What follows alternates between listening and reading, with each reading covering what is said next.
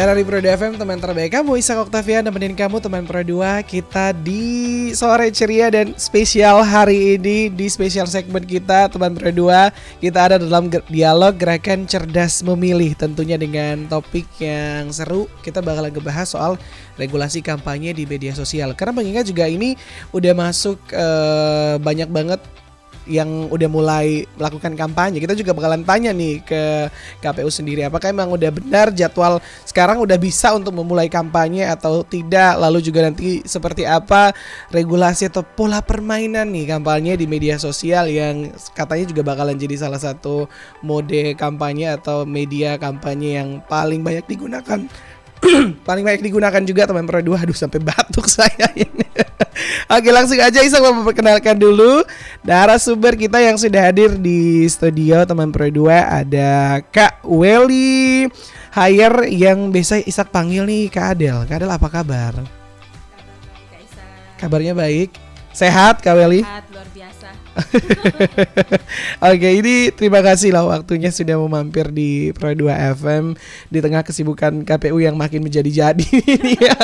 Ini menjelang pemilu 2024. Kadang kita tolong narik mic-nya sedikit ya, biar suaranya lebih clear. Ya, ini lebih loud and clear. Nah, ini bagaimana sekarang situasi di KPU? Lagi sibuk-sibuk ngapain aja nih Kak Adel?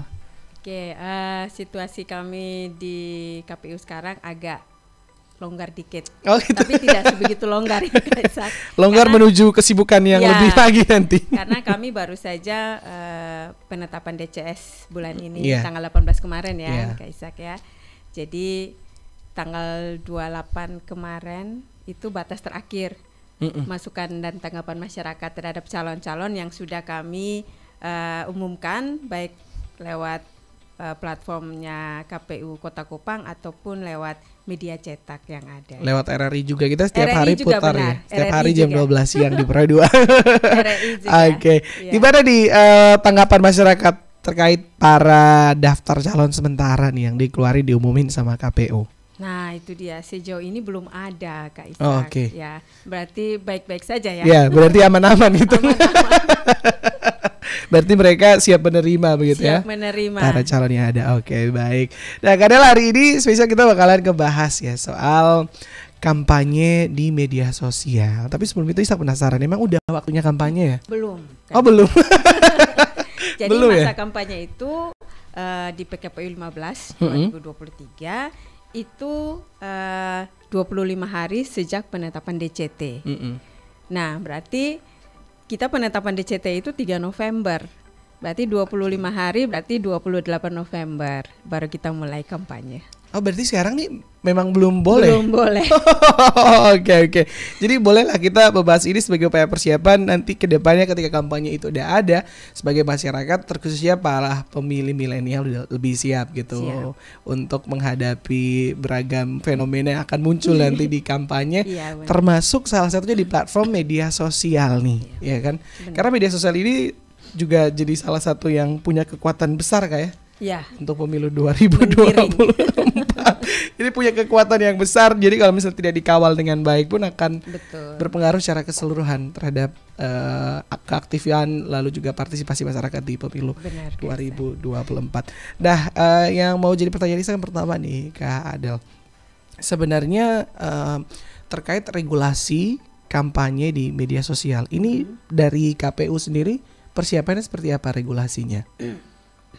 Jadi untuk persiapan kampanye ini memang sudah diterbitkan, semuanya memang merujuk pada Undang-Undang Pemilu ya, Undang-Undang 7 2017.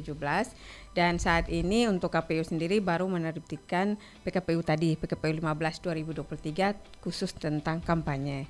Dan juknis mengenai ini juga nanti akan diterbitkan. Ini juga memang sudah ada rambu-rambu tentang kampanye di PKPU ini. Kami sudah berbagi atau men-sharekan ke peserta pemilu dalam hal ini partai politik untuk mulai melihat ketentuan-ketentuan di dalam sehingga masing-masing sudah tahu mana yang boleh dan mana yang belum boleh atau mana yang tidak boleh. Yeah. Itu sesuai dengan PKPU tadi, Kak Ishak. Oke, jadi memang regulasinya sudah ada baik yang melalui peraturan undang-undang maupun yang dikeluarkan oleh KPU. ya. Oke. Dan dari pertimbangan KPU sendiri ini memang pengeluaran atau pembuatan regulasi khusus yang dari KPU ya. Ini ada tujuan khusus atau ada tujuan seperti apa nih yang ingin dicapai dari KPU dengan dikeluarkannya regulasi terkait kampanye ini? Ya tentunya sebuah aturan itu dikeluarkan tentu punya tujuan. Nah apalagi kampanye ini kan biasanya rame ya Kak Ishak. Betul. Jadi kalau satu perhelatan kita tidak punya rambu-rambu, wah itu semua bisa main sendiri ya. Betul. Dengan ini sendiri. Jadi tujuan adanya aturan ini untuk memberikan boundaries atau batasan bagaimana kita melakukan kampanye. Yeah. Dengan metode-metode kampanye yang ada. Salah satunya yang media sosial ini ya Kak Ishak. Jadi memang benar-benar dirancang khusus untuk memudahkan peserta pemilu maupun mengendalikan sebenarnya supaya tidak terjadi kekacauan atau mungkin hal-hal yang memang kita tidak inginkan itu terjadi. Ya. Jadi memang supaya ada batasan ya, karena mau tidak mau dengan ada begitu banyak hal yang bisa dilakukan untuk berkampanye kalau kita tidak batasi. Apalagi medsos akhir-akhir ini ya, Kak kalau kita tidak gunakan dengan benar. Benar, ini makin banyak bisa melakukan penyebaran hoax dan black campaign juga mudah banget melalui medsos ya. Nah, yang jadi penting juga nih ya, yang bisa Kak Adel sampaikan ke kita juga para pemilih pemula kita kan banyak nih pengguna media sosial, kebanyakan ya memang di teman-teman di usia milenial gitu. Dan pemilih pun ini kan notabene dominannya teman-teman muda. Ya, kita harus punya pertimbangan seperti apa nih dalam memperhatikan pemilu khususnya kampanye di pemilu 2024. Oke, jadi memang ini bagus sekali RRI mengadakan ini ya, Kak.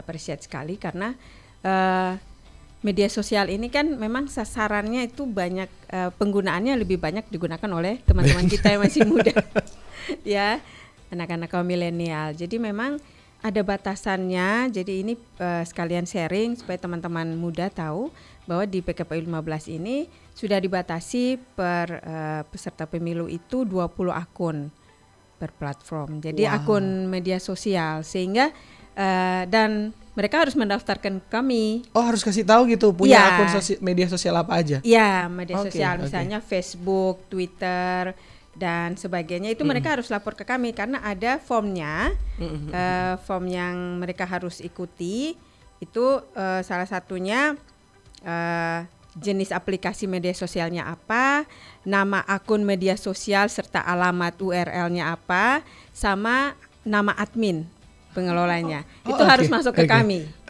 Sehingga jadi akun-akun yang didaftarkan itu merupakan akun resminya peserta pemilu. Jadi di luar dari itu berarti bukan akun resmi. Ini juga supaya ada verifikasi begitu ya dari KPU. Benar. Siapa yang dibalik ini akunnya. Dan harus tadi berapa akunnya? 20. Batasnya 20. Itu yang diatur dalam regulasinya ya. Selain itu dalam regulasi tersebut yang dikeluarkan KPU aturan-aturan apa lagi nih Kak untuk kampanye di medsos?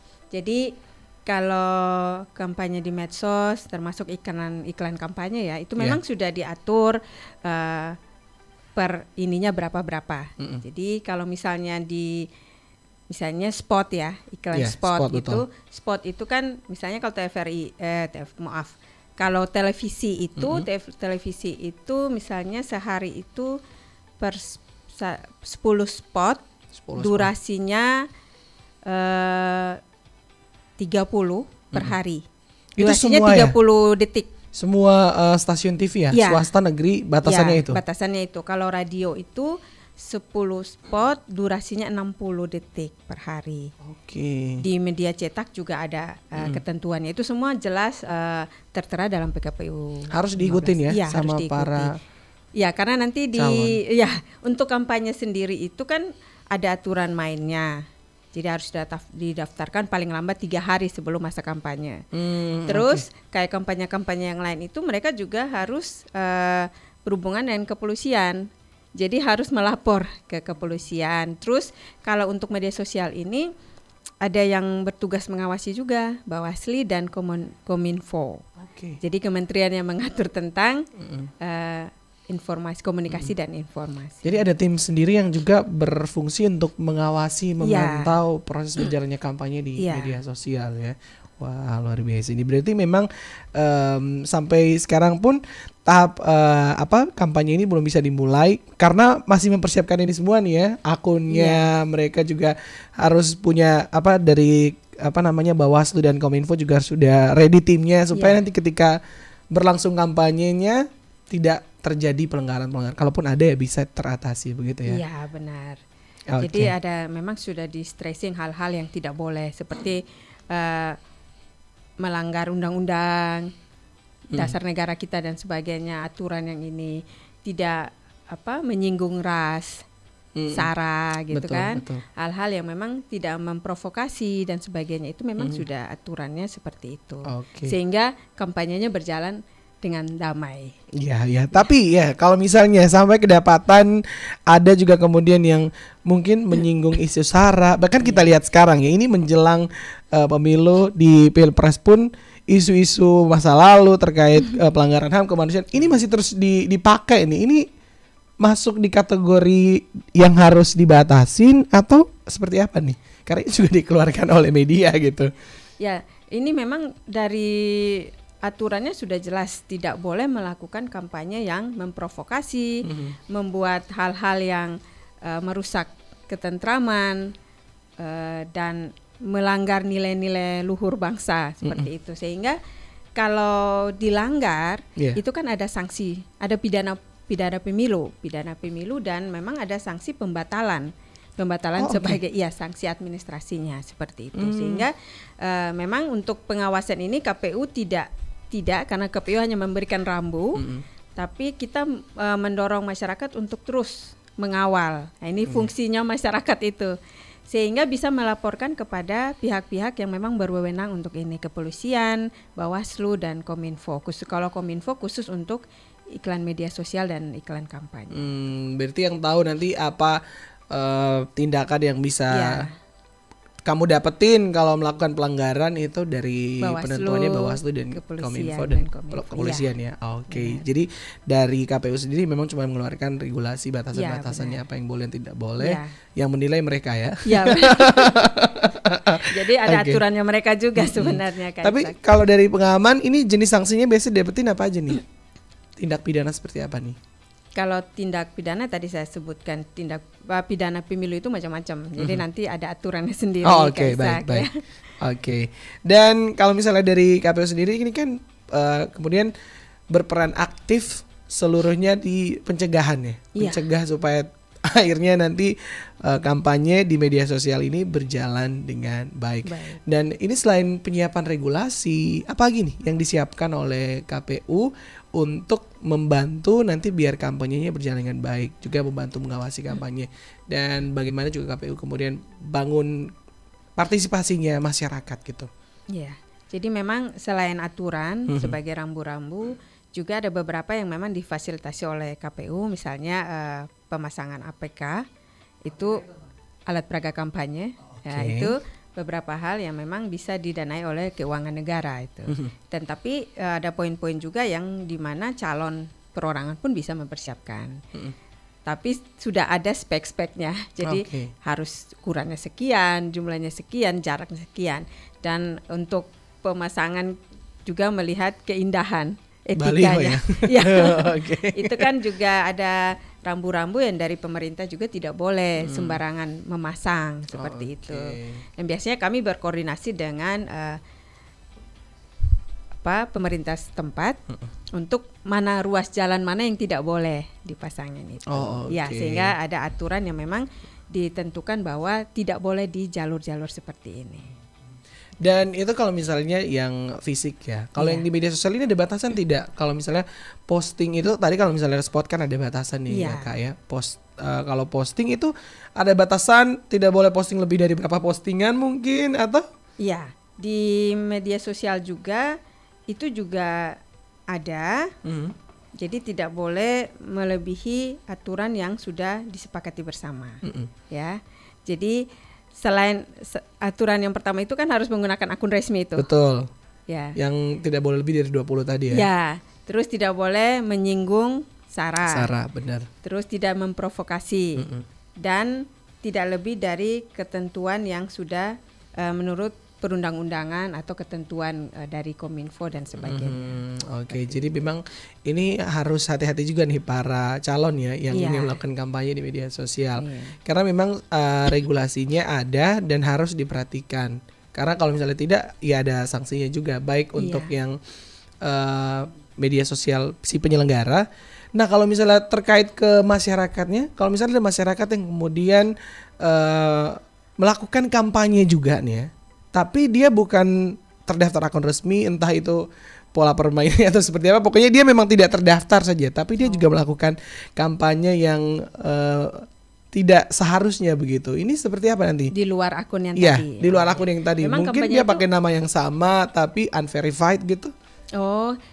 Kalau kampanye itu bisa dilakukan oleh pelaksana kampanye, terus ada jurkam, ada juga orang perseorangan. Nah, itu yang susah nih, Kak. Jadi yang kami awasi itu ya memang kami sudah ini tuh dari 20 akun tadi, itu yang resmi. Jadi nanti di announce, jadi masyarakat bisa melihat di situ. Jadi kalau di luar yang tidak bertanggung jawab berarti bukan dari ini. Jadi ini yang ditekankan oleh peserta pemilu, tapi bisa dilakukan kampanye oleh orang perseorangan. Nah, itu orang perseorangan tentunya yang berhubungan langsung dengan calon tersebut. Betul. Ya, yang berhubungan langsung secara personal ya. Ya, seperti nah, kalau pelanggarannya dilakukan oleh orang perseorangan ini ada juga penindakannya kah?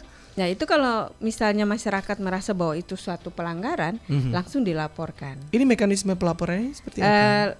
Langsung ke Bawaslu atau ke Kominfo. Oke, langsung dilaporkan. Kalau sudah menyangkut hal yang merugikan mungkin ke kepolisian. Jadi masing-masing punya aturannya sendiri, Kak Ishak. Ya. Jadi kalau kami hanya menganjurkan untuk berhati-hati penggunaan seperti itu dan memberikan rambu-rambu sebatas itu. Oke, baik. Jadi memang perlu diperhatikan juga karena memang ada banyak macamnya ya. Ada yang komunal yang diberikan oleh KPU, ada juga yang personal yang kadang-kadang juga kerap kali meresahkan gitu. Dan Ishak juga membuka di ruang pertanyaan. Kita nanti bakal lebih banyak diskusi sambil kita dengerin apa yang disampaikan oleh pendengar ya, karena ini mungkin mereka juga punya pertanyaan-pertanyaan ya. Kak Adel, bakalan Ishak bacakan setelah pesan-pesan berikut ini. So untuk teman Pro 2 yang mau ikut bertanya soal regulasi kampanye di media sosial ini berkaitan dengan topik kita, boleh di 0811 3820 9090 atau di Facebook kita Pro 2 Kupang dan Instagram di @rri_pro2kupang. Gerakan Cerdas Memilih RRI menuju pemilih cerdas.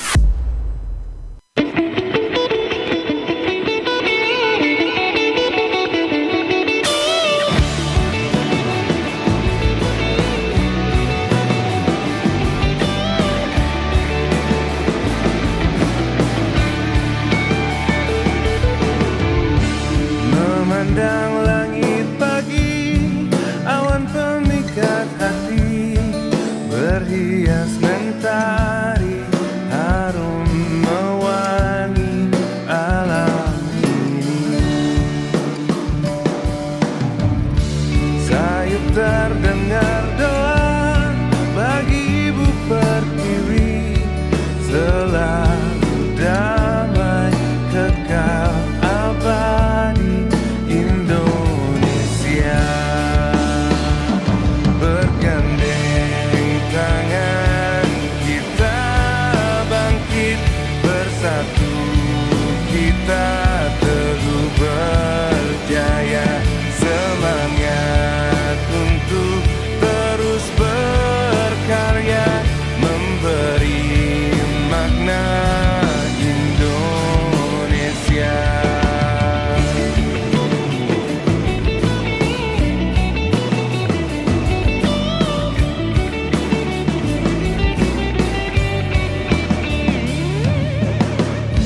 Rasakan hembus angin pelan menyibak lirih, bangun jiwanya, lanjutkan perjuangan negeri. Bergandeng tangan kita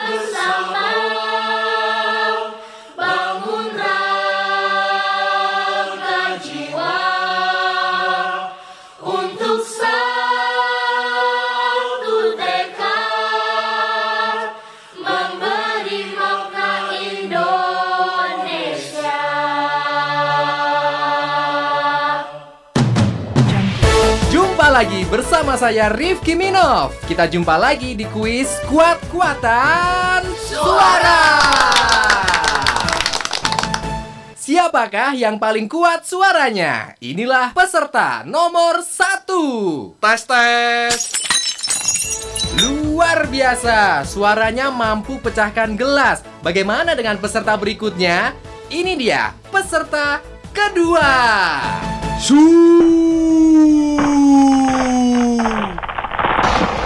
Wow, peserta kedua mampu merobohkan pohon. Bagaimana peserta ketiga? Kita lihat kedahsyatannya. Wow, luar biasa sekali, suaranya mampu merobohkan gedung. Suaramu dalam pemilu lebih dahsyat dari mereka. Salah bersuara, negara taruhannya. Teliti dan kenali pilihanmu. Anak muda, cerdas memilih. Teman terbaik kamu.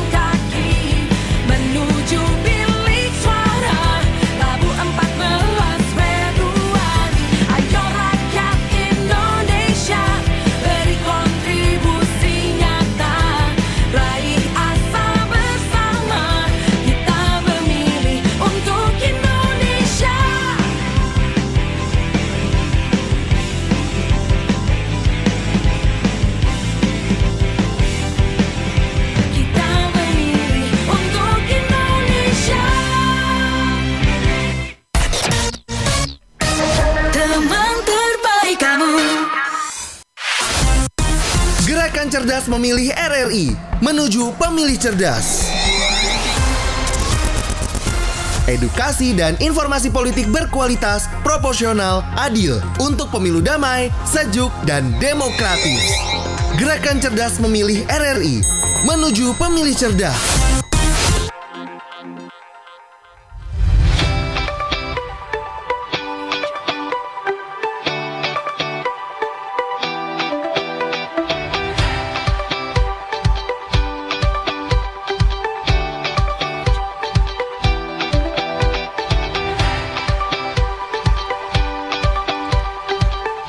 Teman berdua masih Sabtu temenin kamu, kita di Dialog Gerakan Cerdas Memilih masih bersama dengan Kak Adel dari KPU Kota Kupang. Kita membahas terkait kampanye di media sosial, di mana KPU punya peranan penting sebagai penyelenggara pemilu, dan tentunya kesuksesan pemilu ini berkaitan juga dengan kesuksesan kampanye, dan ini juga jadi ada peran aktif KPU di sana nih ya.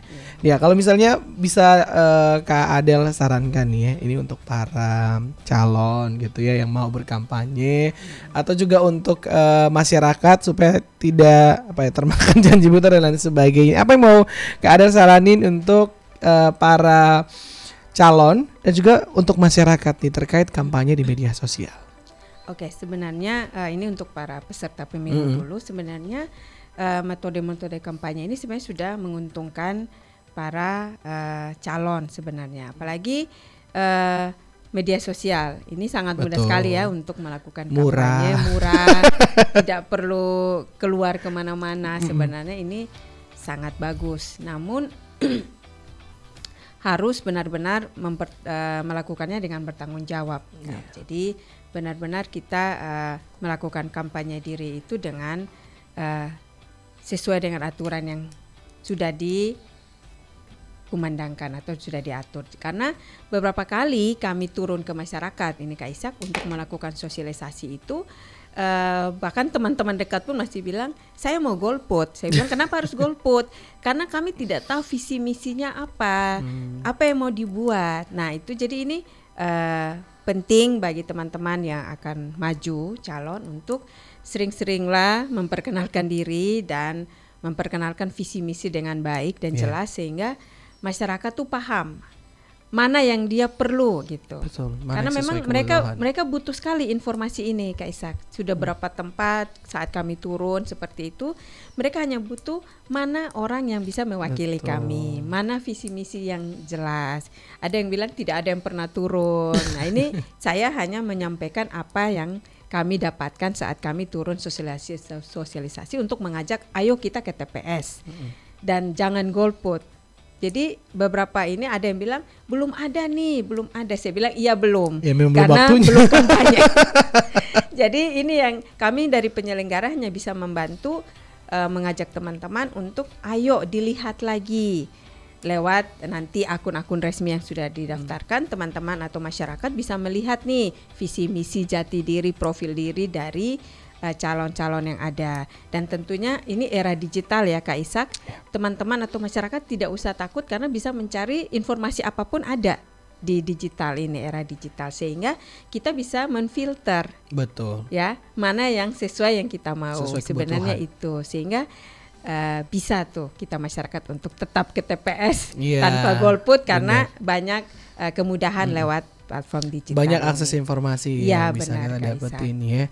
Nah karena memang juga kita bahkan beberapa kali melakukan sosialisasi juga masih banyak anak-anak milenial yang berkata bahwa golput itu juga tetap pilihan untuk tidak memilih begitu. Karena memang belum ada yang masuk, belum ada yang merasa terwakilkan, karena memang belum juga waktunya kampanye nih teman berdua ya. Jadi kita sekalian edukasi terkait regulasi ini jadi persiapan baik untuk peserta pemilu juga kita nih sebagai masyarakat biar lebih aware lagi dan menjadikan kampanye ini jadi sarana terbaik untuk mensukseskan pemilu di 2024, termasuk melalui media sosial. Ini kalau misalnya ngomong media sosial Kak Adel, yang paling berpengaruh penting atau berperan juga influencer nih. Ya. Benar. Orang makanan aja dipromosiin influencer, habis stok. Kami juga ke tempat makan karena influencer. Bener. Jadi ini punya pengaruh yang luar biasa ya, influencer ini. Betul. Dari pandangannya Kak Adel sendiri, ini gimana nih peran influencer dengan kampanye di media sosial?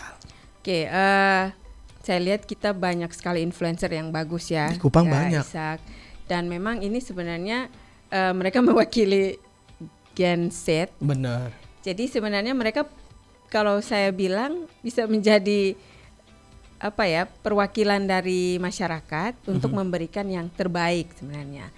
Namun kalau misalnya ini balik lagi, kalau mau dipakai untuk ini orang perorangan, kami tidak tahu ya, kami tidak ini. Tapi setidaknya biasanya anak-anak muda itu melihat dari influencer ini, ya, apa yang mau disampaikan, konten-konten. Nah, ini kan termasuk dalam kampanye media sosial betul. juga, sehingga bisa memberikan hal yang positif bagi masyarakat. Dan memang influencer ini kalau bisa juga memberikan hal yang terbaik, edukasi yang terbaik juga bagi teman-teman mereka, sehingga teman-teman itu bukan tersesat ya. Jadi benar-benar mau nih ya untuk ikut mensukseskan pemilu 2024, karena ada peribahasa yang katanya kalau kamu tidak ikut memilih, kamu kehilangan hak untuk komplain. Komplain, betul. Ya, karena sering kami sampaikan kepada anak-anak muda, waktu 5 tahun ini waktu untuk evaluasi sebenarnya. Sehingga setelah 5 tahun saatnya pemilu, itu saatnya kita tentukan pilihan yang mana yang akan kita pilih lagi. Itu sebenarnya Kaisa. Ya, jadi memang punya peranan dan harus dimaksimalkan dengan baik. Benar. Ya. Tapi karena kadang-kadang juga kita kalau masuk ke ranah influencer ini juga ya mau nggak mau sudah masuk ke ranah bisnis juga. Ada kepentingan-kepentingan di sana. Jadi tidak bisa dipungkiri kalau misalnya terkadang pun bisa tidak sesuai sama yang seharusnya, karena kan promo gitu. Iya, karena dia digunakan jasanya kan. Iya. Karena cuma mempromosikan, belum tentu benar gitu ya. Tapi berarti influencer ini punya peranan yang penting ya. Dari KPU sendiri ada melibatkan influencer tidak untuk misalnya ajakan untuk ikut memilih dan sebagainya? Sejauh ini influencer kami itu hanya badan ad hoc. Badan ad hoc, PPK, PPS. Terus kami ke sekolah-sekolah, ke kampus-kampus, karena memang belum kami menggunakan yang itu. Sebenarnya bagus sekali.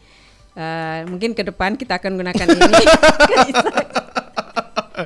Ya, program kebetulan saya program sosialisasi. Siap. Mungkin ke depan dalam rangka ini juga bisa, karena memang itu dia bisa menjadi memberikan informasi yang bagus dan banyak orang bisa melihat ke arah dia. Betul. Sehingga apa informasi tentang pemilu yang kami sampaikan itu banyak yang followers yang bisa bisa ikutin, bisa dapetin informasi. Benar. Oke. Jadi kita tunggu ke depannya ya. Oke, jadi memang peranan media sosial dan semua komponen yang terlibat di dalamnya termasuk influencer ini punya peranan besar. Ishak mau coba baca dulu beberapa pertanyaan yang masuk ya. Oke, ini yang pertama dari Kakak Yanti di Liliba. Oke, pertanyaannya Kak Yanti. Beta mau tanya, model kampanye seperti apa yang diperbolehkan di medsos? Ada kok sanksi jika kampanye yang dilakukan itu melanggar aturan baik dari KPU ataupun Bawaslu. Gimana nih Kak? Dia tanyain model-model kampanye yang ada di media sosial. Nanti bentukannya seperti apa aja? Oke, model kampanye di media sosial Kak Yanti, terima kasih. Itu bisa berupa gambar, bisa berupa suara, bisa berupa video, bisa merupakan gabungan antara itu semua. Jadi yang bisa dilakukan di platform media sosial. Jadi misalnya di Facebook, di Instagram, di Twitter atau di LinkedIn, itu platform internasional profesional itu. Jadi tergantung kebutuhannya. Jadi diperbolehkan di situ. Atau bentuk grafis, misalnya dia membentuk angka-angka atau apa, silakan. Semua yang bisa digunain melalui platform itu diizinkan. Iya, asal tadi itu ketentuan Kak Ishak, tidak menyinggung isu sara, mempermainkan dasar negara kita dan sebagainya. Kalau menyerang personal lain itu juga tidak boleh. Tidak boleh. Jadi provokasi, menyerang orang lain atau membuat fitnahan, hoax itu tidak boleh. Tidak boleh. Ya, jadi digunakan untuk kepentingan mempromosikan diri sendiri. Tidak menjatuhkan orang lain. Ya. Main bersih ya. Berarti itu ya, boleh menggunakan semua sarananya media apapun yang di situ, mau vlog kayak mau apa kayak mau vlog, blog apa segala macam. Asal tidak di blog ya. Mau bikin lagu pun boleh gitu ya. Oke. Kita ke pertanyaan berikutnya. Kali ini datang dari Oibufo, Kak Adel. Ini dari Kakak Andi. Kakak Andi bertanya, dari pihak KPU sendiri ini bagaimana nih cara mengatasi kampanye yang menyelipkan berita hoax ataupun ujaran kebencian? Nah, ini nih, gimana nih Kak Adel dari KPU sendiri menanggapinya? Oke, terima kasih Kak Andi. Tentunya tadi di awal saya sudah sampaikan bahwa KPU hanya menyarankan atau memberikan rambu-rambu bahwa tidak boleh hal-hal seperti yang tadi Kak Andi sampaikan. Bahkan di acara TV dan radio pun jika ada acara ini tidak boleh diselipkan dengan iklan tentang itu. Iya. Oh iya, oke. Ya. Jadi memang ujaran kebencian dan lain-lain itu tidak boleh karena memang diatur di Undang-Undang 7 tahun 2017 itu pasal 280 itu ada pidana pemilu dan di pasal 286 itu ada sanksi administrasi berupa pembatalan. Jadi ini kita pakai Undang-Undang 7 saja 2017. Nanti di aturan Bawaslu lagi diatur lagi Kak Andi. Sehingga ada step-stepnya yang akan ditindak oleh Bawaslu atau maupun kepolisian dalam hal ini. Karena syarat untuk mereka mau melakukan kampanye itu ini mereka harus bersurat kepada kepolisian Republik Indonesia sudah tingkatannya. Jadi kita mungkin Polres Kota ya, Kupang Kota, dan di tembusannya di Bawaslu. Kalau untuk media sosial ada Kominfo dan kami KPU diberikan tembusan. Ini untuk segala jenis kampanye harus minta izin kampanye dari kepolisian dulu. Oke, jadi memang ini semua lembaga, semua institusi ini punya peranan ya dalam mengawal pemilu 2024. Ini kita ke pertanyaan berikutnya, ada juga dari WhatsApp Kakak April. Pertanyaannya seperti ini Kak Adel. Bagaimana kita dapat membaca karakter atau sifat dari calon pemimpin melalui media sosial? Sedangkan hal yang biasa ditunjukkan di media sosial ini hanya hal yang baik saja nih untuk membentuk citra calon pemimpin di mata masyarakat. Gimana nih Kak Adel? Oke, Kak April, ini pendapat pribadi ya. Memang kalau kita di medsos semua yang baik, semua yang baik. Kita jaga image ya. Betul. Misalnya. Saya pun begitu ya. Kalau saya sering bilang saya pencitraan nih di medsos. Nah, itu balik lagi ke pribadinya Kak April. Karena masing-masing ini calon ini dari 631 itu mereka bertarung untuk memperebutkan 40 kursi. Tentunya mereka berusaha untuk melakukan yang terbaik. Ini kami melihat dari sudut pandang KPU karena memang secara aturan pun kalau mereka apa adanya dan aneh juga itu kan bisa kena sanksi. Ya. Jadi mereka memberikan yang terbaik menurut versi mereka. Nah, ini tugasnya kita sebagai anggota masyarakat, jeli-jelinya kita untuk melihat nih, Kak Ishak. Selain dari yang mereka tampilkan kan banyak cara menuju Roma yang kita bisa untuk mengecek track recordnya ada. Nah, itu gunanya kenapa kita pemilih harus melihat track record dari calon yang akan maju. Dan yang tadi saya tekankan ke Ishak, bagi yang sudah pernah di situ kan hasil 5 tahun evaluasi itu kan jadi catatan sebenarnya bagi karena banyak masyarakat. juga yang mencalonkan diri ulang ya. Iya, masih bertarung lagi. Jadi sebenarnya 5 tahun itu ya makanya saya sering bilang ke teman-teman saya yang langsung WA tidak mau ke TPS memilih golput, saya bilang sebenarnya 5 tahun ini dipakai untuk evaluasi sebenarnya. Menilai ya. Iya. Oke, baik. Ini ada pertanyaan lanjutannya nih dari Kakak April. Bagaimana cara sebagai pemilih pemula untuk memfilter informasi yang beredar di media sosial terkait dengan kampanye yang dilakukan oleh para peserta pemilu nih? Oke Kak April, terima kasih. Cara memfilternya ya, ya yang pasti kalau saya sering bilang sama pemilih milenial, saring sebelum sharing. Ya, artinya jika kita melihat informasi yang benar-benar belum bisa kita percaya atau ragu-ragu, bertanyalah pada pihak-pihak yang misalnya benar tidak regulasi ini, benar tidak berita ini. Ditanya dulu sehingga kita benar-benar tahu nih apa benar ini. Misalnya saya nih maju, saya menyatakan begini-begini. Teman-teman bisa melihat saya gitu dengan mencari track record saya, apakah benar seperti itu. Ini yang kami sarankan ke masyarakat pemilih bahwa cara filternya itu balik lagi ke kita. Gitu. Iya. Kita punya kemampuan untuk itu sebenarnya. Jadi lihat kerjanya mereka, bukti nyatanya mereka yang mereka sudah ini dari 5 tahun lalu, sekarang dan mau menyelesaikan, dan juga benar-benar melihat informasi ini akurat atau tidak. Betul. Sesuaikan. Jadi jangan langsung kita percaya, tapi kita diberikan kesempatan dan diberikan fasilitas, kemudahan untuk mencari kebenaran dari hal tersebut. Ya, dan salah satunya juga memang kita nanti pastikan untuk mengecek di KPU ya akun-akun resmi Ya. mana saja yang bisa Benar. kita percayai ya Iya. informasinya. Oke, baik. Kita lanjut lagi, Kakak Adel, ini ada beberapa pertanyaan lagi. Ini dari Perumnas. Ya, pertanyaan dari Ari di Perumnas. Katanya aturan iklan kampanye untuk setiap paslon di medsos ini seperti apa, Kak Adel? Ya, aturan untuk iklan ini ya mirip seperti promosi ya. Oh iya. Jadi aturan iklan kampanye ini yang satu dia menyampaikan visi misi, profil diri dan nomor urut dan ya lambang partainya. Jadi di luar dari itu sebenarnya ini yang wajib ya untuk mereka melakukan kampanye hal itu. Jadi mau dibuat seperti apa yang tadi saya kemasannya silakan, asal tidak menyinggung hal-hal yang lain. Ya, asal tidak melewati batasan-batasan yang ada gitu ya, yang nanti juga keluar di Juknis juga aturan dari Bawaslu ya. Oke, ini ada lagi dari Penfui, Kakak Sri.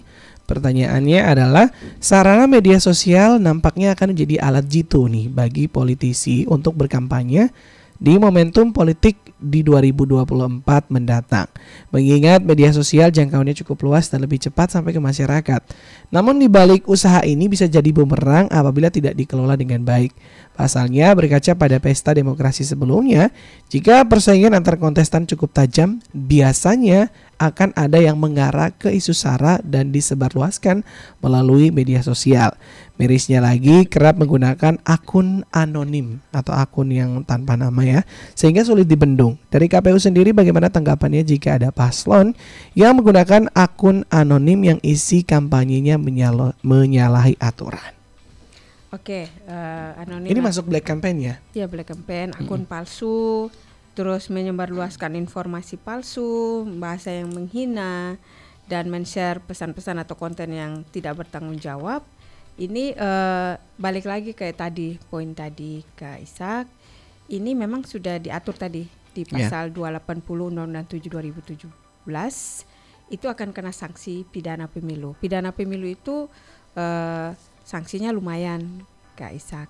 Ya, jadi ini berhati-hati jika kedapatan dan jika ada masyarakat yang melapor ke pihak-pihak yang tadi terkait itu, maka akan diproses seperti itu. Sehingga kita ya sebagai masyarakat juga ikut mengawal dan memberi masukan jika memang ada yang kita merasa bahwa ini sudah mendatangkan atau menimbulkan ancaman bagi kerukunan kita atau kehidupan kita bermasyarakat. Itu. Jadi masyarakat juga bisa melaporkan ya, punya peranan untuk melaporkan langsung ke Bawaslu atau ke Polres kalau misalnya memang menemukan secara faktual gitu, ada benar. Faktanya, ada buktinya, bisa langsung melapor ya, mekanisme juga mudah gitu.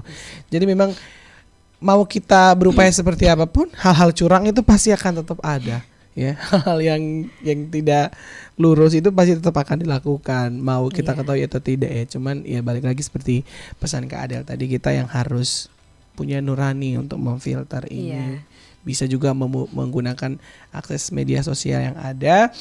Dan kita udah hampir tiba di penghujung dari kebersamaan kita di Dialog Gerakan Cerdas Pemilih berkenaan dengan topik regulasi kampanye di media sosial, dan kita juga terus menanti ya terkait Juknis kampanye yang akan dikeluarkan KPU nanti di tanggal berapa tadi Kak? 28 ya? Sebelum 28. Sebelum Biasanya 28 ya, sebelum 28 November ya. Jadi nanti bisa kita lihat lebih lengkapnya, lebih rincinya, lebih detail lagi untuk aturan-aturan. Dan kalau misalnya kamu temui ada paslon yang melangkahi Juknis itu, bisa langsung melaporkan. Begitu ya Kak Adel ya. Benar. Yang terakhir Kak Adel, silakan ini mau memesankan apa untuk para pemilih milenial, mengingat juga pendengar kita nih hampir semua rata-rata ya milenial semua.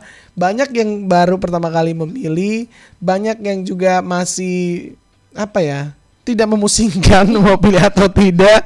Jadi apa yang mau Kak Adel pesankan untuk teman-teman muda terkait dengan pemilu 2024 nanti? Oke Kak Ishak, saya sebelum masuk pesan, saya mau ingatkan jadwal kampanye dulu Kak Ishak. Jadi untuk pertemuan terbatas, pertemuan tatap muka, penyebaran bahan kampanye kepada umum, pemasangan alat peraga kampanye di tempat umum, dan media sosial termasuk debat calon presiden walaupun kita di sini tidak, itu dimulai tanggal 28 November, berakhirnya di Sabtu 10 Februari 2024. Oke. Sedangkan untuk kampanye rapat umum itu yang di stadion-stadion atau lapangan itu Kak, itu dan iklan media massa cetak, media massa elektronik dan media daring ya. Jadi kalau yang media sosial bisa mulai 28 November. Tapi kalau untuk kampanye rapat umum, media massa cetak, elektronik dan media daring itu dimulai 21 Januari 2024 sampai 10 Februari. Ya itu. Jadi 3 hari itu dikenal masa tenang, itu tidak boleh ada kampanye atau kegiatan apapun. Itu tanggal 11 Februari dan 13 Februari. 11 sampai 13 ya. Ya, itu masa tenang karena kita pencoblosannya tanggal 4. Tanggal 14 Februari ya. Ya. Jadi mungkin pesan terakhir buat kaum milenial maupun masyarakat pemilih, bijak-bijaklah dalam menggunakan medsos ya. Kita gunakan jika kita masih kebingungan untuk mencari siapa yang akan kita pilih. Media sosial ini kita pakai untuk memfilter dan mencari informasi yang akurat tentang siapa yang akan kita pilih, supaya tanggal 24 nanti kita bisa mantap menentukan pilihan kita untuk pemilihan presiden, wakil presiden dan legislatif. Kalau kita Kota Kupang, DPRD Kota Kupang 40 kursi akan diperjuangkan, dan jangan sampai tidak memilih. Ya, sekali lagi no golput, karena golput itu bukan solusi. Dan jangan kamu pikir golput itu keren ya. Ya banyak yang merasa keren kalau misalnya golput gitu. Sebenarnya itu tidak ada warna sebenarnya. Warnanya ya, kita perlu partisipasi aktif dari masyarakat ya, termasuk kita, karena satu suara itu juga punya nilai menentukan. Kalau kita rame-rame golput ya nggak bisa komplain nanti kalau misalnya ada penyelewengan dari para peserta pemilu yang terpilih ya. Iya, benar. Terima kasih sekali lagi Kak Adel dan juga KPU Kota Kupang sudah mau terus hadir bersama RRI ya untuk memberikan edukasi kepada masyarakat biar jadi pemilih yang cerdas untuk pemilu yang berkualitas. Kita ketemu lagi di next moment Kak Adel. Terima kasih RRI. Iya.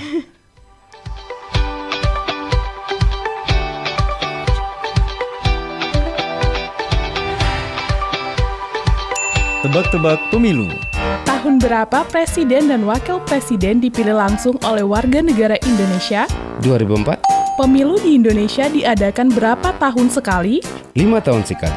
Pemilu 2024 diikuti berapa partai? 18 partai. Ada berapa asas pemilu? Ada 6.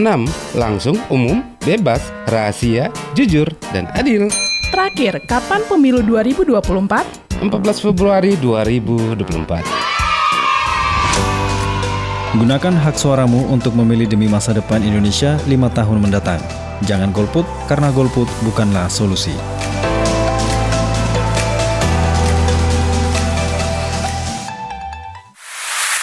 Ikuti berbagai informasi pemilu 2024 di Pro 2 untuk pemilu damai, sejuk, dan demokratis. Gerakan Cerdas Memilih RRI menuju pemilih cerdas.